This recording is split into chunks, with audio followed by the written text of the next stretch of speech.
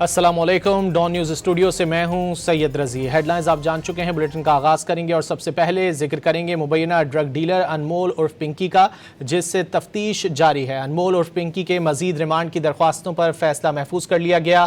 ہفتے کو 3 روزہ جسمانی ریمانڈ مکمل ہونے پر انمول عرف پنکی کو مزید ریمانڈ کے لیے سٹی کورٹ میں پیش کیا گیا۔ سٹی کورٹ میں پیشی کے وقت ملزمہ نے شور شرابہ کیا اور خود پر تشدد کا الزام لگایا۔ انمول عرف پنکی سے تفتیش میں سنسنی خیز انکشافات کا سلسلہ جاری ہے۔